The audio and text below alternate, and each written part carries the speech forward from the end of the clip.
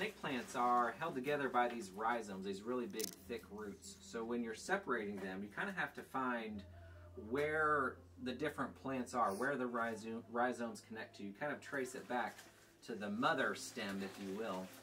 And so we're going to be separating this into an 8-inch pot and a few 6-inch pots is what the customer is looking for. So if you come in close here, you can kind of see there's a gap between these two plants. So this is like a natural part where the plant would want to separate. So I'm going to use my fingers to kind of dig in there and separate those. And here I found one of those rhizomes that I was talking about, those really big, looking like carrots. So to separate those, I'm just going to take my pruners, nice and clean, give it a cut. And we're going to keep sort of digging in there to separate those. And it looks like one of them almost broke off right there.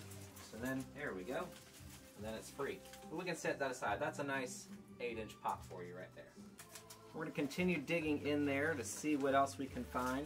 I like to use my hands here, my fingers especially, to feel so I'm not breaking those big roots. It's much less traumatic. Here's another one.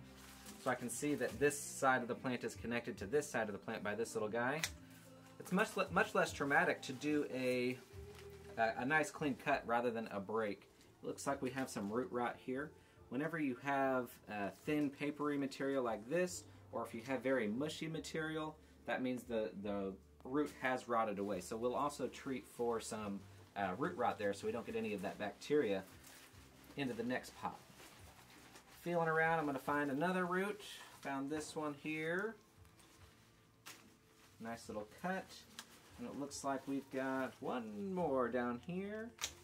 And there we go, we've separated them all.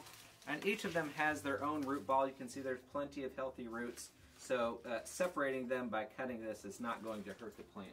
Feel free to be pretty rough when it comes to snake plants. You know, they do really well just being roughed up. They're not going to kick up much of a fuss. While we're in here, we're going to remove all these dead leaves as well. Kind of clean it up for the customer. And we're going to keep on separating. Let's go find our big stable roots. We've got another one right here, and it looks like I found another one at the same time. Let's get in there. Yep, there we go. There we go. Oh, and look at these.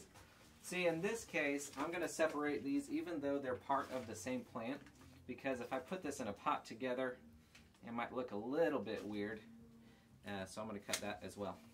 This is just a hydrogen peroxide solution. I have it diluted at a 3-to-1 ratio.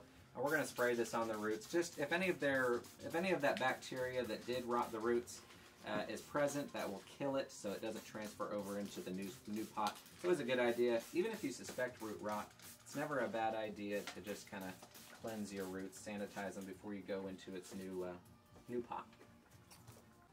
Now just situate your plant in there however you like it. You can play around with the configuration, how that goes. Make sure you get all your roots in there. And snake plants like to be pretty root bound. You can see there are quite a bit of roots in this pot for the size of plant that it is. They can be potted in pretty small areas. I also like to use a mixture that's pretty heavy in crushed granite or sand. This is going to add a lot of weight, and it's going to keep these guys upright, even when they are super root bound. As you're doing, make sure you are tapping the side of the pot, squishing the soil down. You want to get all into the nooks and crannies so that you can get moisture to all the roots and none of them dry out. Rotate. Get it in all the little areas. Tapping the side of the pot's going to help the soil settle down in between the roots. Get into all those tiny spaces that you can't see and your fingers can't reach. So it's a good idea to do that throughout the potting.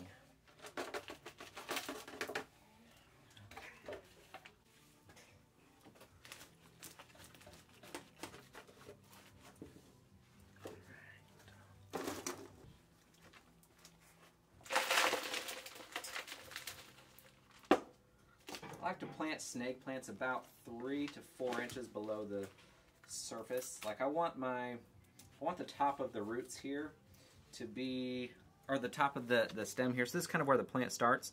I want no more than about 3 inches to be covered. So this is actually somewhat high for this plant. But you want to make sure not to bury the crowns really too deep. If you bury the crowns too deep, you can get water to settle in there. And if that's the case, then you're going to end up with a crown rot on your snake plant. This goes for a lot of plants too, not just snakes. This is a very common rule of thumb for most plants.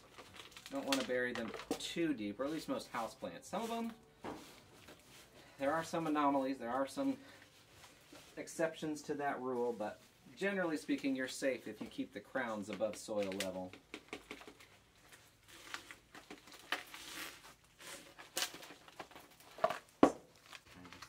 It's a good idea, especially if you have smaller hands or if you have a big plant, to tie it together while you're planting. Not only is it going to give the plant a good shape, like a uniform shape, nice and compact, but it's a lot easier to maneuver and kind of wrangle as you are putting everything together.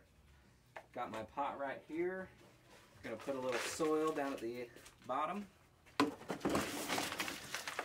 You don't have to use this mixture, but if you're going to, I use a cactus soil. Cactus or succulent soil, that's what's going to be best for your snake plant here. Add a little bit more, it's sitting a little high. There we go, make sure to get all your roots in there. And we're just backfilling again. Let's see how it's much easier keeping everything together that way. And we'll adjust it as we go. Then of course when you're done you can just remove the string if you had sharp scissors, unlike me. There we go. And then once you water it in, put all the leaves up straight and then compact the soil around where they are. And then as the soil dries, it's going to kind of hold everything in place.